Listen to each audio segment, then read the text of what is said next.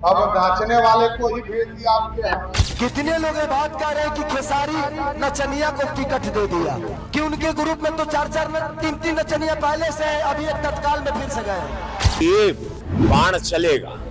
बिहार के चुनाव में छपरा की सीट इस वक्त ऐसी जंग का मैदान बन गई है जहां भोजपुरी के सुपरस्टार्स ही आमने सामने आ गए हैं। भले इस सीट से चुनावी प्रत्याशी केवल खेसारी लाल यादव हों, लेकिन गोरखपुर से सांसद रवि किशन से उनकी जुबानी जंग शुरू हो गई थी। अब इसमें बीजेपी से जुड़े एक और भोजपुरी स्टार और पूर्व सांसद दिनेश लाल यादव निरहुआ भी कूद गए हैं और एक कदम आगे बढ़ते हुए खेसारी लाल यादव को यदमुल्ला तक कह दिया।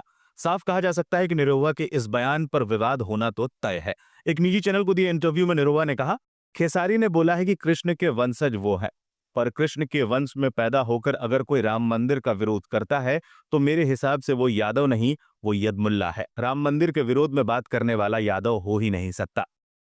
पिछले एक सप्ताह से दोनों पक्षों की ओर से लगातार बयानबाजी का दौर चल रहा है। उप मुख्यमंत्री सम्राट चौधरी के द्वारा खेसारी लाल को नाचने वाला कहने के बाद दोनों पक्षों की ओर से जुबानी जंग और बढ़ गई थी। रवि किशन ने खेसारी लाल यादव को ये तक कह दिया था कि वो असली सनातनी नहीं है, कि भाई राम मंदिर का भी विरोध करने लगे। छपरा से आवाज आई, राम मंदिर का विरोध किए कि वहां हॉस्पिटल बनना चाहिए।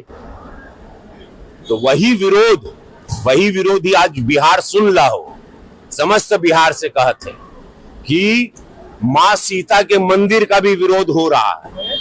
यही विरोध, यही पार्टी, यही विरोधी चेहरे यूपी में भी किए, लेकिन मोदी जी, योगी जी कड़क वहां खड़े रहे।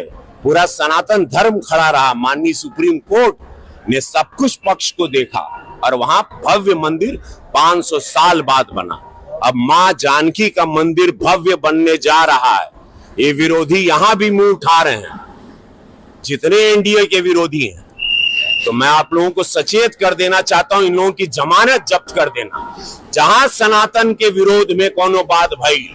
इससे पहले रवि किशन ने एक और बयान में पलटवार करते हुए कहा था, गीता में भगवान कृष्ण ने कहा था कि अर्जुन सत्य और असत्य की इस जंग में अधर्म की तरफ से कोई भी हो उस पर बाण चलाओ। तो अब चाचा भाई देखने का समय नहीं है, बस फिर क्या था। इस बयान को सुनते ही खेसारी लाल यादव भी गुस्से में लाल हो गए और मंच से ही रवि किशन को सुनाना शुरू कर दिया, वो भी जनता के सामने। खेसारी ने कहा कि पहले तो रवि किशन को समझना चाहिए कि असली कृष्ण वंशज मैं हूं, असली ग्वाला मैं हूं। नकली लोग केवल धर्मों में बांटते हैं, हिंदू मुस्लिम करते हैं।